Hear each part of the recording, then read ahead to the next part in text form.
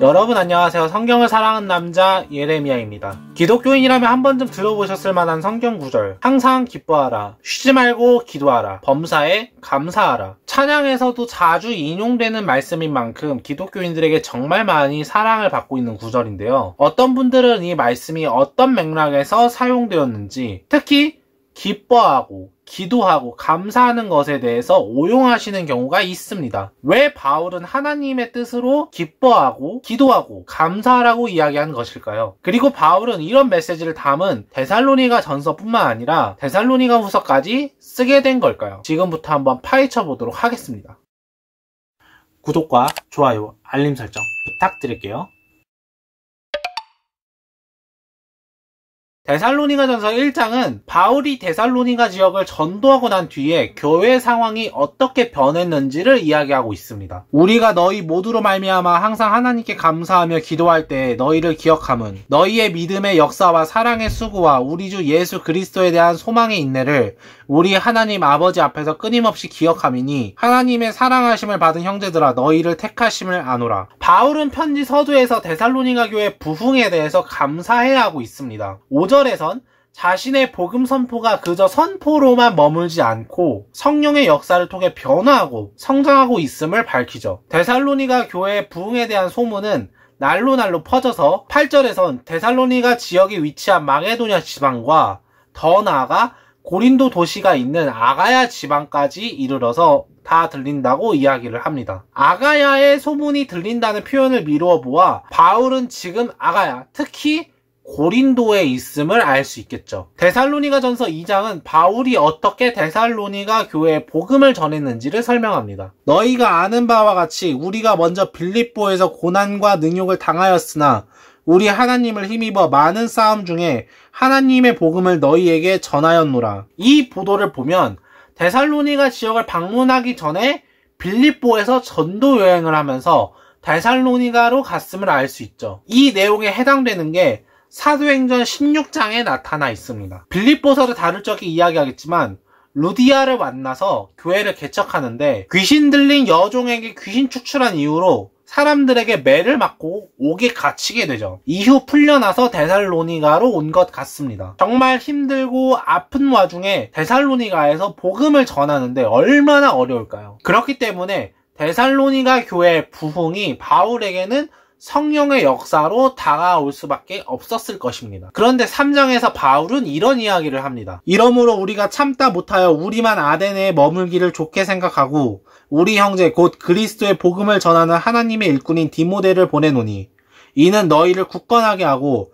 너희 믿음에 대하여 위로함으로 아무도 이 여러 환난 중에 흔들리지 않게 하려 함이라. 우리가 이것을 위하여 세움받은 줄을 너희가 친히 알리라. 바울은 데살로니가 지역을 떠나서 아덴으로 갑니다. 그런데 바울은 데살로니가 교회가 걱정이 되었는지 아덴에서 디모데를 파송을 하죠. 교회 소식을 듣고 데살로니가 교회에 어떤 문제가 있는지 굉장히 걱정이 된 듯 합니다. 그런데 1장에서 살펴본 대로 지금 바울은 고린도에 있습니다. 6절에서 바울이 지금은 디모데가 너희에게로부터 와서 너희 믿음과 사랑의 기쁜 소식을 우리에게 전하고 라고 말하는데요. 즉 데살로니가 전서를 쓰고 있는 지금 시점은 고린도이고 아덴에서 파송한 디모데가 고린도로 와서 바울에게 데살로니가 교회의 소식을 전해주었다라고 알 수 있습니다. 그렇다면 어떤 이야기를 들려주었겠느냐가 중요하겠죠. 물론 1장에서 믿음의 역사가 커져서 기쁘고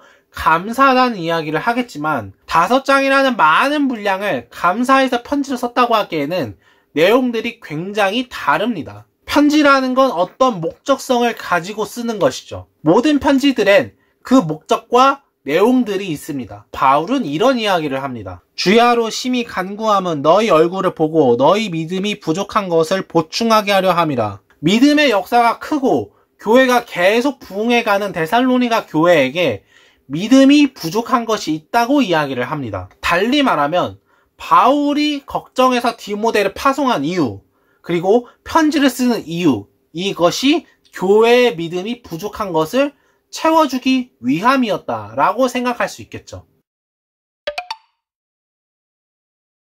바울이 3장 10절에서 언급했던 믿음이 부족한 것에 대한 배경을 살펴볼 필요성이 있습니다. 왜 데살로니가 교회에 믿음이 부족한 부분이 생겼던 것일까요? 사도행전 17장은 이렇게 보도하고 있습니다. 그러나 유대인들은 시기하여 저자의 어떤 불량한 사람들을 데리고 떼를 지어 성을 소동하게 하여 야손의 집에 침입하여 그들의 백성에 끌어내려고 찾았으나 발견하지 못하매 야손과 몇 형제들을 끌고 읍장들 앞에 가서 소리질러 이르되 천하를 어지럽게 하던 이 사람들이 여기도 이름에 야손이 그들을 맞아들였도다. 이 사람들이 다 가이사의 명을 거역하여 말하되 다른 임금 곧 예수라는 이가 있다 하더이다 하니 무리와 읍장들이 이 말을 듣고 소동하여 야손과 그 나머지 사람들에게 보석금을 받고 놓아주니라. 간략하게 설명을 하면 바울이 데살로니가 지역에서 충분히 가르치고 복음을 설명해야 하는데 유대인들이 소동을 일으켜서 급박하게 다른 지역으로 가야 하는 상황에 처해버렸다라는 것이죠. 바울이 복음을 전파할 적에 가르쳤던 내용이 무엇인지는 데살로니가전서 1장 9절에서 10절에서 엿볼 수 있는데요. 우상을 버리고 하나님께로 돌아왔다는 이야기를 통해서 유일신 신앙을 가르쳤다라는 점, 그리고 죽은 자들 가운데 다시 살리신 아들의 이야기를 통해 기독론 신앙을 가르쳤다라는 점, 그리고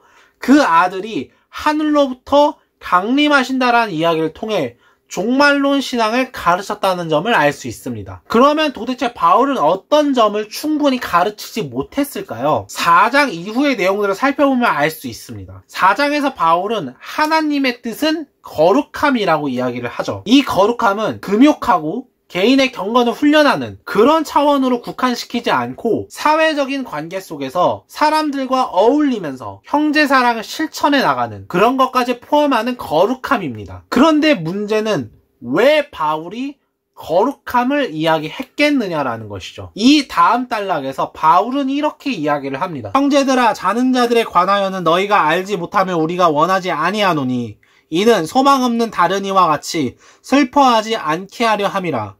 우리가 예수께서 죽으셨다가 다시 살아나심을 믿을진데 이와 같이 예수 안에서 자는 자들도 하나님이 그와 함께 데리고 오시리라. 이 부분에서 눈에 확 들어오게 되죠. 지금 데살로니가 교회는 자는 자들에 관하여 알지 못하는 상황이라는 것을 알 수 있습니다. 즉 믿음이 부족한 부분, 바울이 설명을 추가적으로 해야 됐던 주제, 그것이 바로 죽은 자들에 대한 부활, 종말론이죠. 이 지점에서 우리는 데살로니가 전서의 특징을 살펴볼 필요성이 있습니다. 바울은 이 데살로니가 전서를 통해서 무엇을 말하려 했는가? 데살로니가 전서 각 장 말미의 내용들을 읽어보면 이런 특징이 있습니다. 또 죽은 자들 가운데서 다시 살리신 그의 아들이 하늘로부터 강림하실 것을 너희가 어떻게 기다리는지를 말하니 이는 장래의 노하심에서 우리를 건지시는 예수시니라. 우리의 소망이나 기쁨이나 자랑의 면류관이 무엇이냐?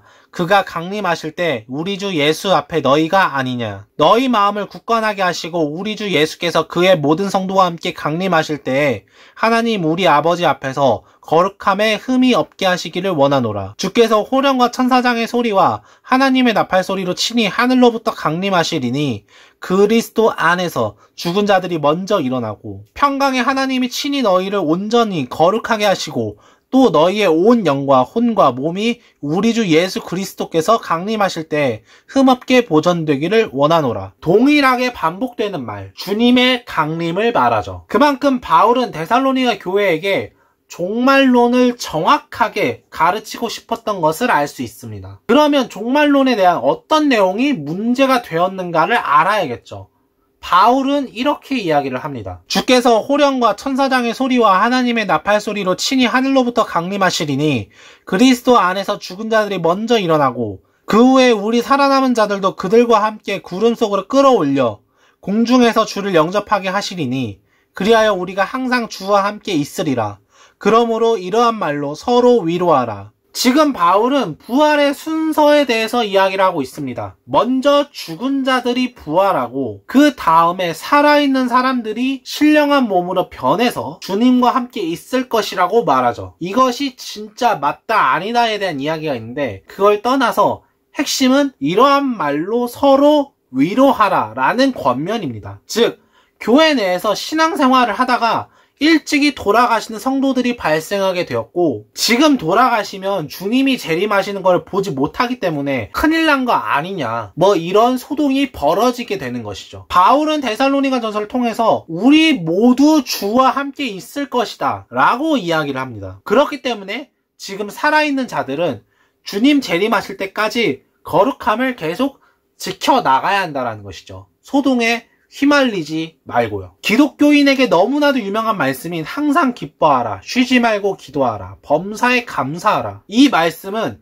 이러한 맥락에서 읽어나가야 합니다. 예수님이 당장 내일 도둑같이 오실 수 있는데 하루는 거룩함을 지키고 하루는 거룩함을 안 지킬 수는 없다라는 것이죠. 이것이 하나님의 뜻이며 그 뜻을 지켜야 할 이유는 거룩함의 유지를 통해 주님 오실 날을 준비하라라는 바울의 가르침인 것입니다.